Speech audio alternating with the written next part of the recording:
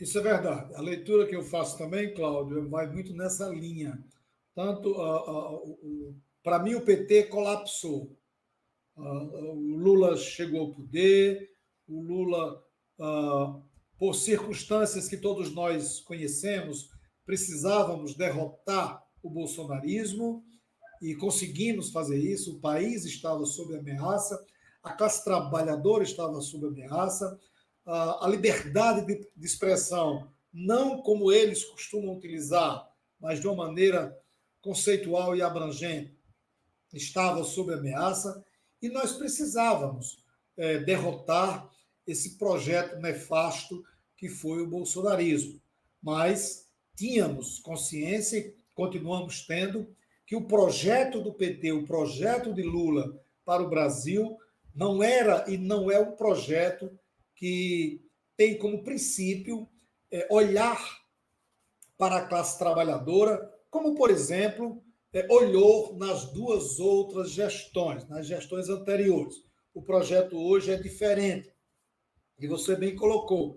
As reformas que foram aprovadas, Michel Temer, Bolsonaro, elas são intocáveis. Elas são intocáveis no governo do PT.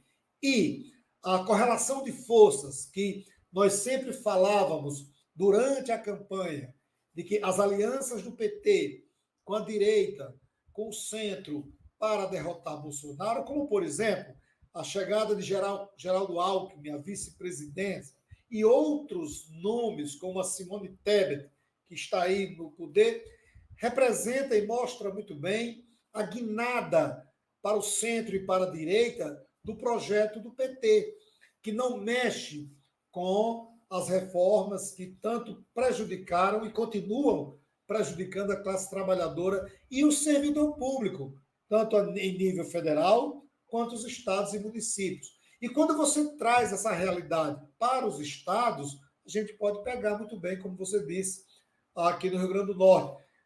A gente olha, claro que a gente não pode fazer uma previsão para 2024, mas o cenário que se desenhou em 23, né, e a expectativa para 2024 é de muita dificuldade para o PT, por exemplo, fazer um número considerável de prefeitos, porque o que a gente está vendo cada vez mais é o governo Fátima perdendo forças nessa relação com a Assembleia Legislativa e, consequentemente, extensiva aos prefeitos, né? Aos prefeitos. E por falar em relação com os prefeitos, claro, não estava aí no nosso cardápio, mas uma notícia que me chamou a atenção, que afetou a Prefeitura Municipal de Mossoró, e não só a Prefeitura Municipal de Mossoró, mas outras prefeituras do Rio Grande do Norte, foi aquela determinação do Tribunal de Contas da devolução dos tratores. Quem é que não lembra o então ministro Rogério Marinho, candidato ao Senado, desfilando pelos municípios do Rio Grande do Norte, e em Mossoró não foi diferente. O prefeito fez passeatas com tratores doados pelo ministro Rogério Marinho, e hoje a máscara caiu, ou seja, não tinha nada de doação dos tratores aos municípios. Nós tivemos ali uma jogada eleitoreira muito grande do Rogério Marinho, e os prefeitos ficaram a ver navios, porque, pelo menos por enquanto, não sabem o que dizer ao seu eleitor sobre essa obrigação de devolver os tratores. E aí, o que eu estou observando? Que nem o governo Fátima, nem o governo Lula estão sabendo aproveitar esse momento para construir uma narrativa e atacar esses prefeitos que apoiaram Rogério Marinho, apoiaram Bolsonaro, mas que hoje estão aí numa situação de grande constrangimento por conta dessa devolução dos tratores. E o último agora, pelo menos da Prefeitura de Mossoró, foi a aprovação do aumento do salário do prefeito, que irá vigorar a partir de 2025, que a opinião pública caiu em cima, achando um absurdo a partir de 2025, o prefeito de Mossoró ter o salário quase que equiparado ao prefeito da maior cidade do Brasil, São Paulo. Eu queria ouvir de você, amigo, um comentário sobre isso. Lemuel, acho que você tocou em alguns pontos bem interessantes. Você falar desse processo de deslocamento do PT, do PCdoB ao centro, a gente não precisa ir muito longe, né? Aqui no Rio Grande do Norte, a gente tinha um vice-governador, o nosso Antenor Roberto, do PCdoB, e ele cede espaço no segundo mandato da Fátima para o Walter Alves, membro de uma oligarquia essa que estava lá, esquecida, sucateada, com esse pessoal tem voto? Tem voto, ninguém está dizendo que eles não têm voto, ninguém está dizendo que eles não têm influência nas prefeituras. A gente está dizendo que o PT poderia ter adotado uma estratégia do enfrentamento direto, de dizer, não, nós não vamos compor com as oligarquias e nós vamos bater chapa, seguir por o sangue, vamos para o enfrentamento e vamos reeleger Fátima. No cenário nacional, da mesma maneira, o atual presidente Lula, tem duas alternativas. Neto Vale está colocando aqui, eu vou até colocar o comentário dele em tela. Estamos refém dos centrões, nacional e local. A saída é organizar o povo e ocupar as ruas. Sem isso é muito difícil avançar com políticas. Esse comentário é perfeito. Mas quem mais tem obrigação de fazer isso é o maior partido de esquerda da América Latina. Será que o PT ainda tem condições de mobilizar os grandes sindicatos, de mobilizar os movimentos sociais, de organizar e capitanear a luta? Esse é o nosso comentário aqui. Na minha opinião, não mais. Na minha opinião, o PT, e a gente vem observando isso em Mossoró, nas tentativas de organização da luta popular, a dificuldade que o Partido dos Trabalhadores tem, inclusive, de quadros para organizar essa luta, para estar à frente dessa luta, para dirigir os sindicatos.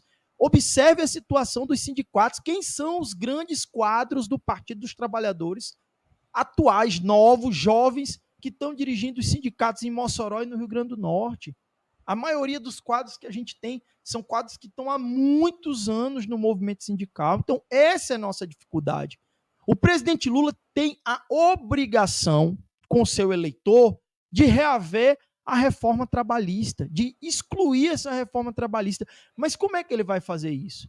Sem o apoio das ruas, ele não consegue. Sem o apoio dos movimentos sociais, sem o apoio da base militante do PT e de todas as esquerdas, ele não consegue, porque dentro do parlamento ele não derrota a reforma trabalhista, ele não derrota a reforma da Previdência, ele não taxa as grandes fortunas. A sensação que nos dá, a impressão política que fica, é que o PT não vai tocar essas lutas. O PT não vai colocar essas lutas no centro da questão. O PT vai seguir compondo com a direita, o PT vai seguir compondo com o centrão no que é possível nessa política de administrar o establishment. Você falou sobre Mossoró. A opinião pública, de fato, Lemuel, criticou o aumento dos salários do Alisson, bem como a opinião pública, em parte,